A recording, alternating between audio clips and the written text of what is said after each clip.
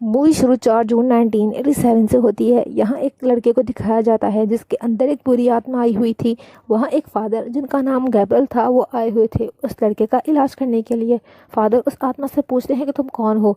वह बताता है कि मैं एक डीमन हूँ। फादर कहते हैं कि इस लड़के को छोड़ दो और तभी वहाँ एक पिग को लाया जाता है। फादर उस डीमन से कहते हैं कि अगर तुम असल में डीमन हो तो मुझे इस पिग के अंदर जाकर दिखाओ।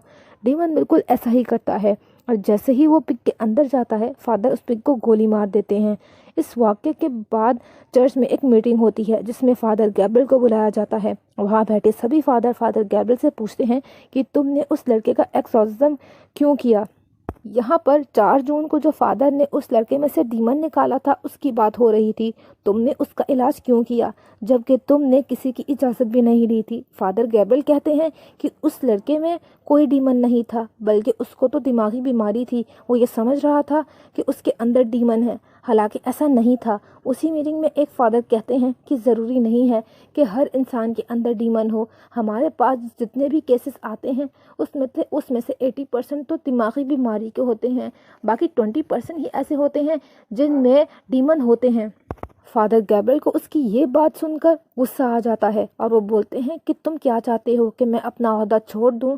दूसरे फादर कहते हैं कि इस तरह की बात कर कर तुम हम सब की पोजीशंस को ख़त्म करना चाहते हो। तभी यहाँ पर एक फादर गैब्रियल के केस में एक मरी हुई लड़की का जिक्र करते हैं। गैब्रियल को इस बात पर और गुस्सा आ जाता है और वो उस मीटिंग को छोड़कर चले जाते हैं। इसके बाद अगले सीन में एक लड़की जूलिया को दिखाया जाता है जो अपने छोटे बेटे और बेटी के साथ अमेरिका से स्पेन आ रही थी। दरअसल 1 साल पहले जूलिया के हस्बैंड की डेथ एक कार एक्सीडेंट में हो गई थी जिसमें उसका छोटा बेटा भी उसी कार में अपने डैड के साथ था।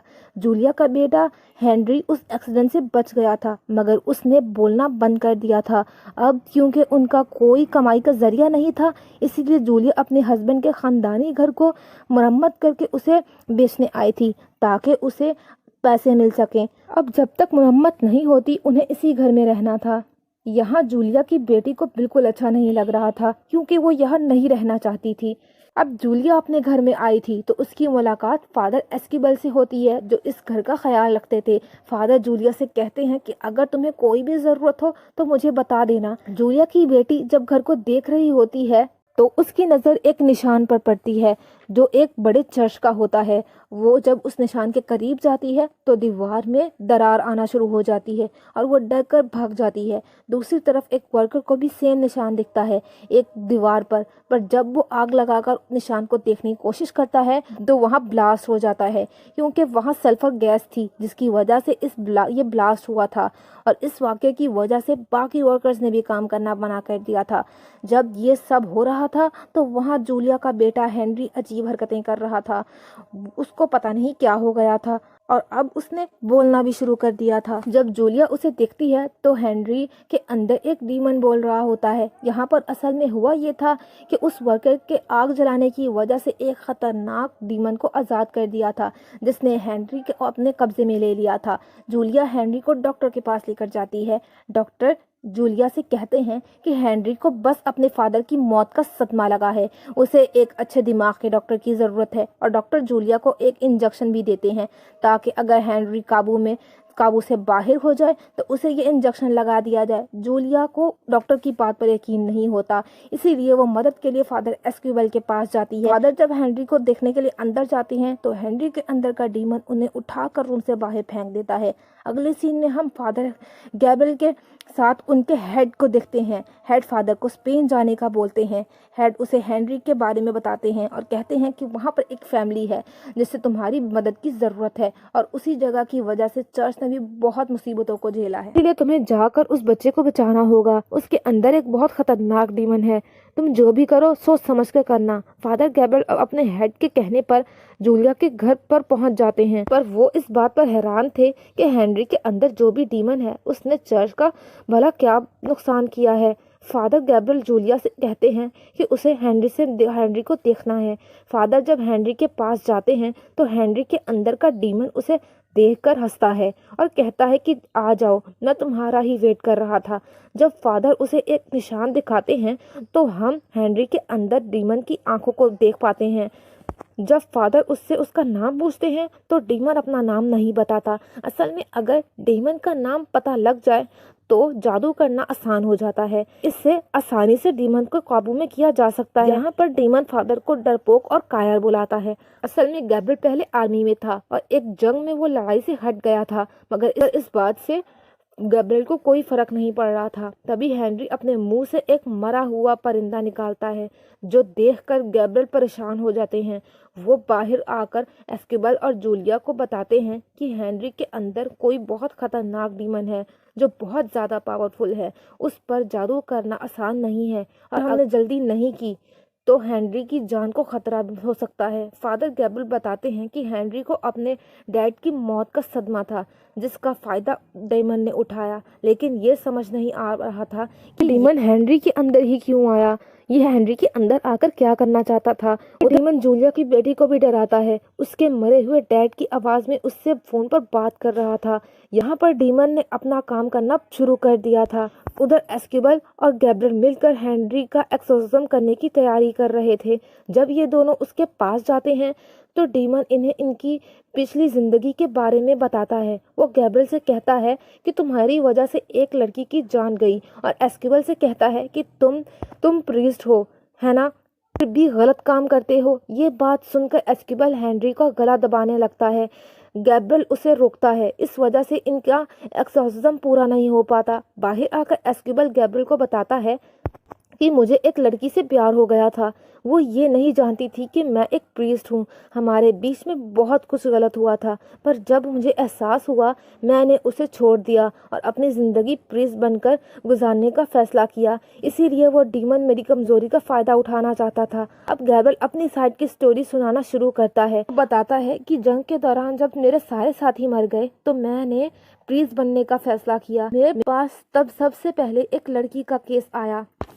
उसको किसी डीमन ने अपने काबू में किया हुआ था, पर मुझे लगा कि वो दिमागी तौर पर पागल है, पर ऐसा नहीं था। उसने मेरे सामने एक परिंदे को भी खा लिया। इसीलिए तो जब हेनरी ने अपने मुंह से वो मरा हुआ परिंदा निकाला तो मैं डर गया था, और वो लड़की बाद में छत से कूद गई थी, जिस वजह से उसकी मौत हो गई। जिस वजह से मुझे आज तक यही लगता है कि अगर मैं उस लड़की में से डीमन निकाल देता तो आज वो जिंदा होती। अब फादर एस्केबल से कहते हैं तो हेनरी पर नजर रखना, और खुद वो डीमन के खिलाफ सबूत इकट्ठा करने के लिए चले जाते हैं। और यहाँ उन्हें इसी घर में से एक कुआं मिलता है। उसके ऊपर चर्च के निशान की सील लगी हुई थी। उसको हटाने से फादर गैब्रियल को बहुत सारे ढांचे नजर आते हैं। दूसरी तरफ हमें गैब्रियल के हेड को दिखाया जाता है, जो बैठकर एक किताब पढ़ रहे थे। इस किताब से उन्हें पता चलता है कि वहाँ पर जो डीमन है वो एक ही वक्त में बहुत सारे लोगों को अपने काबू में कर सकता है। इस किताब को पढ़ते वक्त हेड की भी तबीयत खराब हो रही थी। हेनरी के अंदर का डीमन जो एस्केबल को चालाकी से अपने मदद के लिए बुलाता है, जब वो उसके पास जाता है तो वो डीमन एस्केबल के कान काट लेता है। साथ ही वो जूलिया की बेटी को भी दूर फेंक देता है और जूलिया का गला दबाने लगता है। जब इसका पता गैब्रियल को लगता है तो वो वहां आकर उसको बचाते हैं। अब वो एस्केबल को लेकर उसी जगह जाते हैं जहां पर उन्होंने उन ढांचों को देखा था। फादर एस्केबल को बताते हैं कि जब जीसस क्रिश्चियन में बदले तो उस वक्त जिन्होंने इनकार किया उनको सजा के तौर पर यहाँ बंद कर दिया था।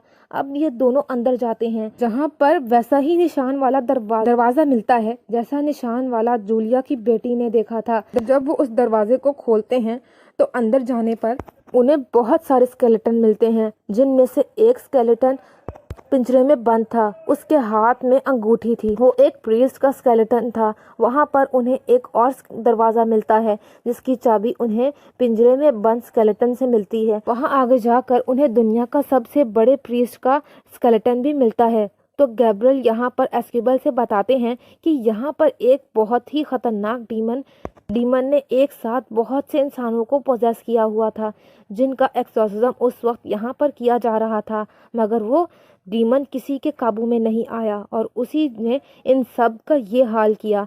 जब सबको इस डीमन के बारे में पता चला तो इस जगह को ऐसे ही बंद कर दिया गया, और हेनरी के अंदर जो डीमन है वो यही डीमन है, पर वर्कर की गलती की वजह से वो आज़ाद हो गया। पर वो डीमन हेनरी के अंदर सिर्फ इसीलिए गया ताकि वो फादर गैब्रियल के अंदर जाकर चर्च के नाम पर कुछ भी बुरा कर सके। इसीलिए अब वो गैब्रियल के अंदर आना चाहता था। गैब्रियल यहीं पर एक किताब पढ़ता है जिसमें उसे पता चलता है कि दुनिया में ऐसे ही हर जगह खतरनाक डीमन पाए जाते हैं, जिनमें से ये डीमन भी है जिसका नाम भी अब गैब्रियल को पता चल गया था। जब डीमन को ये बात पता चलती है कि फादर गैब्रियल को उसका नाम पता चल गया है तो वो तो बिल्कुल पागल हो जाता है। इसीलिए वो अब हेनरी की बहन को भी पोजेस करने की कोशिश करता है। जब जूलिया अपनी बेटी को बचाने आती है उसे वो उसकी बेटी से दूर फेंककर जूलिया को मारने की कोशिश करता है। तो जल्दी से जूलिया की बेटी उस इंजेक्शन को उठाकर जो डॉक्टर ने जूलिया को दिया था हेनरी को लगा देती है, जिससे अब वो बेहोश हो गया था और जूलिया की जान बच जाती है। तभी ये लोग हेनरी को वहां पर बांध देते हैं और सभी प्रेयर करके उसका एग्जॉर्सिज्म करना शुरू करते हैं। अब यहाँ पर डीमन उन्हें अपनी पावर दिखाता है। वो जूलिया की बेटी को पोजेस कर लेता है, जो देखते ही देखते छत की सीलिंग पर चढ़ गई थी। वो जूलिया को मारने की भी कोशिश करती है। डीमन गैब्रियल से कहता है कि अगर तुम मेरे सामने अपने घुटने टेक दो तो मैं इन सबको छोड़ दूंगा। गैब्रियल जब ये सब की जान खतरे में देखता है तो वो डीमन की बात को मान गया था, जिससे डीमन सबको छोड़ देता है। इस बात का फायदा उठाकर एस्केबल जूलिया और उसके बच्चों को जल्दी से वहां से जाने को बोलता है और खुद यहाँ रुक कर फादर गैब्रियल की मदद करने का फैसला करता है। और डीमन हेनरी को छोड़कर फादर गैब्रियल के अंदर आ गया था। फादर खुद को फांसी लगाकर अपनी जान देने चाहते थे, क्योंकि वो जानते थे कि पता नहीं डीमन उनके अंदर रहकर उनसे क्या काम गलत करवाएगा, पर डीमन ऐसा नहीं करने देता। गैब्रियल को खून की उल्टियां आ रही थीं, इसीलिए अब ये उसे एक्सॉर्सिज्म वाली जगह जाकर खुद को जलाकर मारने की कोशिश करता है। इसी बीच एस्केबल भी वहां पर पहुंच गया था, जो मंत्र पढ़कर एक्सॉर्सिज्म को शुरू करता है। पर डीमन उसके सामने उस लड़की को ले आता है जिससे एस्केबल किया प्यार करता था। वो लड़की खून में लथपथ थी, वो उसे मारना शुरू कर देती है। अंदर दूसरी तरफ एस्केबल के सामने भी वो लड़की आ जाती है जिसकी गैब्रियल की वजह से मौत हुई थी। एस्केबल यहाँ पर उस लड़की के सर पर क्रॉस का निशान रखता है, जिससे उसका जिस्म ब्लास्ट हो जाता है। अब ये गैब्रियल को भी देता है और इस तरफ वो लड़की भी गैब्रियल से दूर हो गई थी, जिसके बाद दोनों एस्केबल और गैब्रियल मिलकर एक्सॉर्सिज्म को शुरू करते हैं और उस डीमन को हेल में भेज देते हैं। वहां पर गैब्रियल के हेड की तबीयत भी ठीक हो गई थी। अब वो दोनों को बुलाकर शाबाशी देते हैं। तभी वहां पर एक और फादर आते हैं जो बताते हैं कि अभी भी 199 जगह ऐसी हैं जहां पर यह डीमन पाए जाते हैं, तुम्हें जाकर उन्हें खत्म करना होगा। और यहाँ पर ये मूवी खत्म हो जाती है।